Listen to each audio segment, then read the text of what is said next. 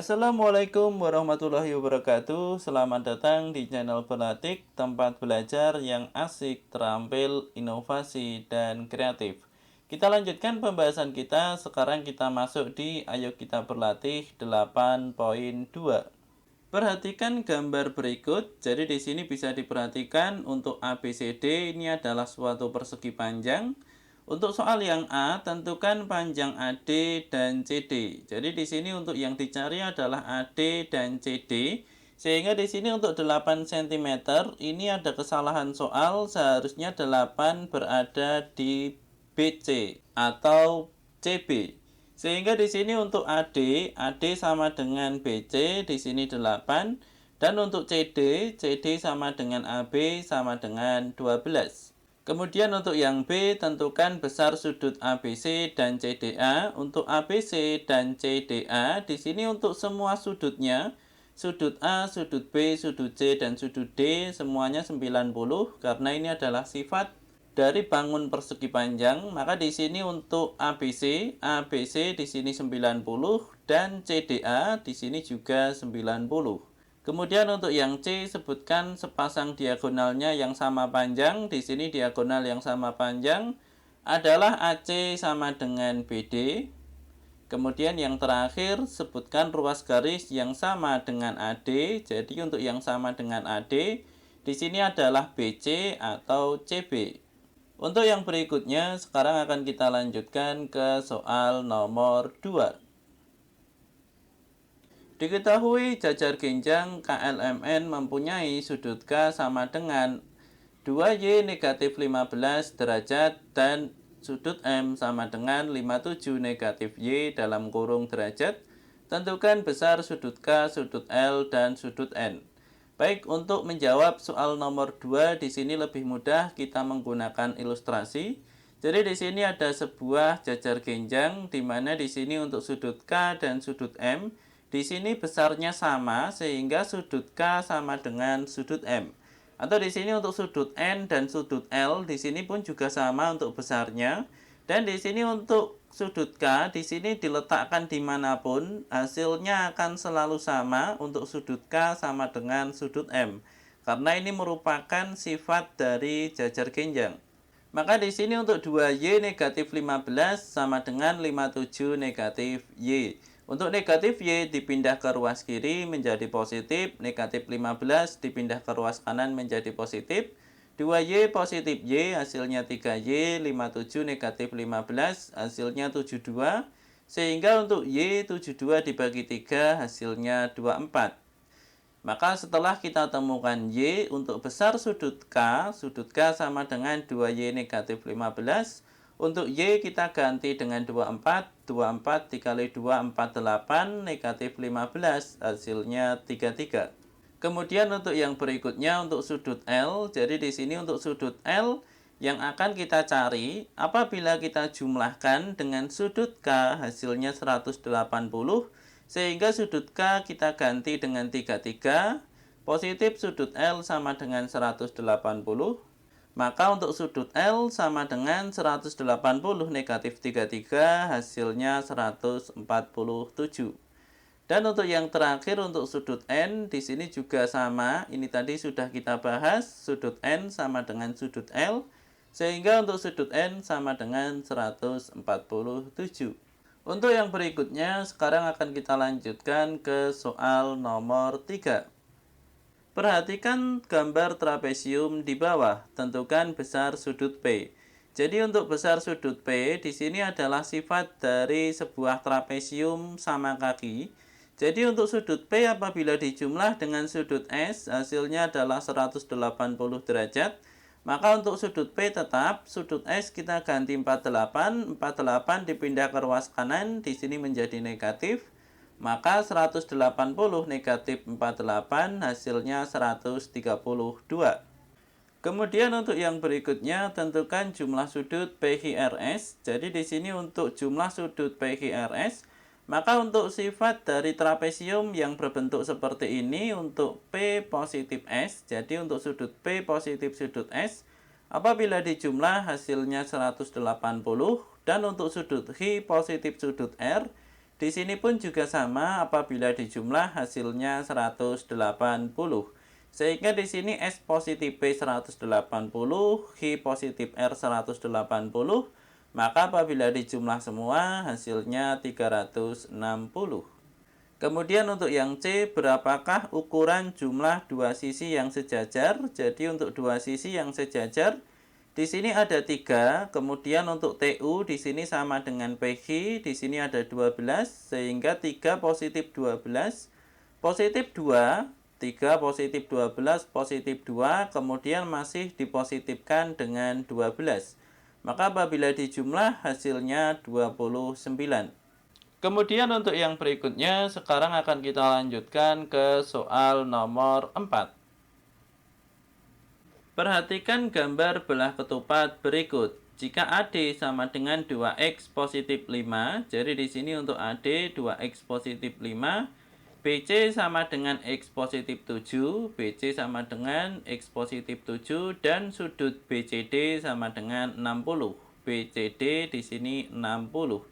Maka tentukan untuk yang A nilai X. Jadi di sini untuk nilai X bisa kita cari dengan membuat persamaan. Jadi di sini AD sama dengan BC. Kenapa di sini sama? Karena di sini ini adalah sifat dari belah ketupat. Sehingga di sini AD sama dengan BC.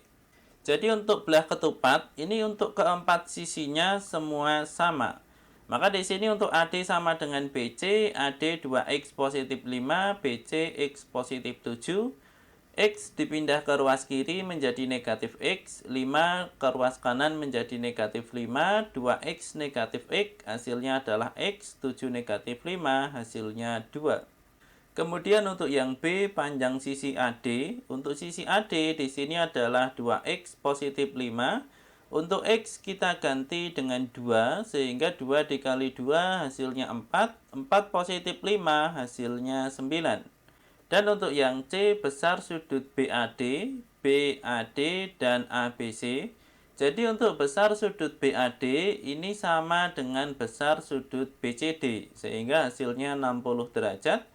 Dan untuk besar sudut ABC, ABC di sini apabila dijumlah dengan besar sudut BAD, jadi di sini apabila dijumlah untuk BAD positif ABC ini adalah 180. Sehingga di sini untuk BAD kita ganti dengan 60, 60 dipindah ke ruas kanan. Di sini menjadi negatif 60 derajat, maka di sini untuk sudut ABC sama dengan 120 derajat. Kemudian yang berikutnya, sekarang kita masuk ke soal nomor 5.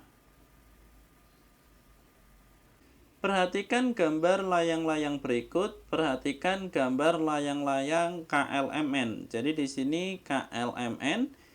Jika besar sudut KLN, jadi di sini KLN ini sudah ada 45 derajat, dan besar sudut MNL di sini sudah ada 30 derajat.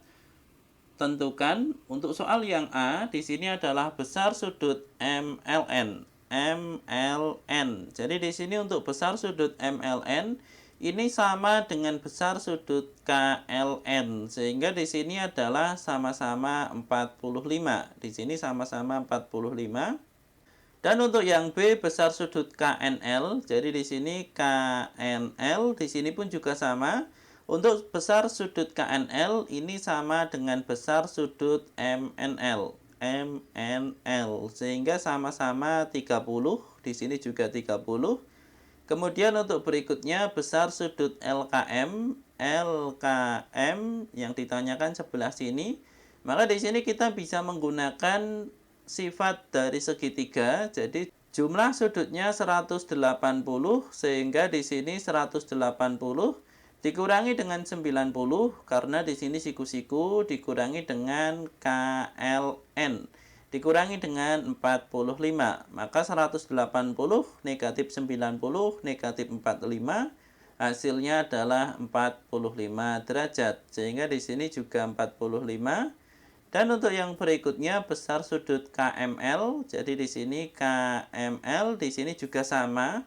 Besar sudut KML sama dengan besar sudut LKM, sehingga di sini sama-sama 45.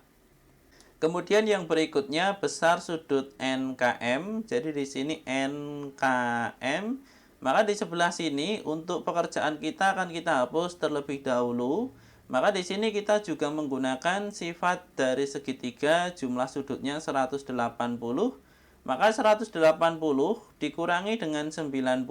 Di sini siku-siku 90 dikurangi dengan KNL. KNL dikurangi dengan 30. 180 negatif 90 hasilnya 90, negatif 30 hasilnya 60. Sehingga di sini 60 dan untuk yang berikutnya besar sudut NMK. NMK di sini pun juga sama dengan besar sudut NKM. Maka hasilnya pun juga 60 derajat. Kemudian untuk yang berikutnya jumlah sudut LKM, KNM, sudut NML, sudut MLK. Baik, jadi di sini bisa diperhatikan untuk gambarnya dari sebuah layang-layang. Di sini untuk LKM, LKM di sini ada 45 derajat. Kemudian dijumlah dengan KNM, KNM di sini ada 30 dan 30, di sini 60. Kemudian yang berikutnya ada sudut NML, NML di sini ada 45 dan 60. Di sini apabila dijumlah hasilnya 105.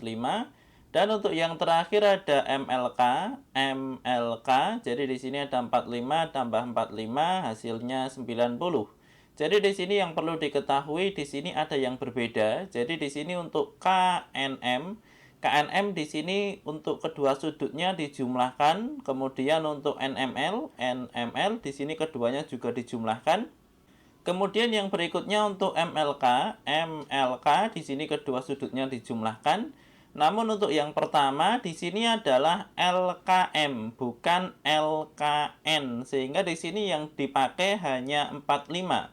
Untuk 60 di sini tidak dijumlahkan karena di sini LKM kemungkinan ini adalah pengecoh atau di sini adalah jebakan dari soal karena di sini untuk sudut ketiganya di sini keduanya dijumlahkan semua dan untuk yang pertama ini hanya 45. Sehingga di sini apabila dijumlahkan semuanya hasilnya adalah 300 derajat. Karena seperti yang saya bilang tadi di sini LKM, LKM bukan LKN sehingga untuk 60 di sini tidak diikut sertakan.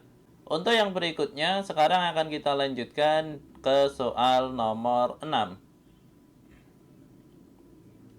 Diketahui jajar genjang ABCD dengan diagonal berpotongan saling tegak lurus. Apakah jajar genjang ABCD dapat juga dikatakan belah ketupat ABCD? Jelaskan jawabanmu.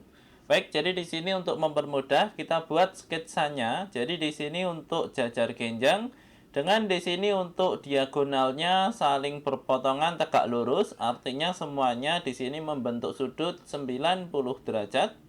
Maka di sini apabila kita ubah atau kita geser menjadi di sini C ke atas, B dan D di sini ke samping dan A ke bawah, di sini akan terbentuk suatu belah ketupat ABCD karena di sini untuk sifatnya sama dan ciri-cirinya juga sama. Untuk ciri-cirinya di sini diagonalnya saling berpotongan dan tegak lurus, kemudian sisi yang berhadapan saling sejajar. Kemudian keempat sisinya sama panjang. Sehingga di sini untuk jajar genjang ABCD juga bisa dikatakan belah ketupat ABCD. Intinya di sini sebenarnya adalah diagonalnya karena di sini diagonalnya berpotongan tegak lurus. Semisal di sini diagonalnya hanya berpotongan namun tidak tegak lurus, maka akan jadi bentuk seperti ini. Jadi di sini bentuknya seperti ini dengan di sini sudutnya tidak 90 derajat karena di sini tidak tegak lurus, maka di sini tidak bisa dikatakan belah ketupat ABCD. Untuk yang berikutnya sekarang akan kita lanjutkan ke soal nomor 7. Kinan dan Ningsih mendeskripsikan definisi segi empat yang merupakan jajar genjang. Manakah di antara Kinan dan Ningsih yang mendeskripsikan jajar genjang dengan benar? Jelaskan.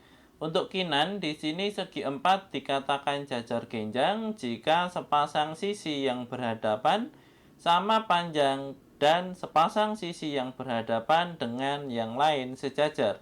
Untuk ningsih, segi 4 dikatakan jajar genjang jika sepasang sisi yang berhadapan sama panjang dan sejajar. Di sini untuk yang benar antara kinan dan ningsih, di sini jawabannya adalah ningsih. Karena ada pernyataan bahwa sisi yang berhadapan dengan yang lain sejajar. Ini bukan ciri jajar genjang. Jadi di sini bisa dilihat untuk pernyataan dari kinan, sisi yang berhadapan dengan yang lain sejajar, di sini adalah letak kesalahannya. Sehingga dari kinan dan ningsih, jawabannya yang benar adalah ningsih, dan yang salah di sini adalah kinan. Maka untuk yang ditanyakan, manakah antara kinan dan ningsih yang mendeskripsikan jajar genjang dengan benar? Jawabannya adalah ningsih. Terima kasih sudah menonton video ini, mudah-mudahan ada manfaatnya. Kami dari channel Blatik, selamat belajar, semoga sukses untuk kita semua.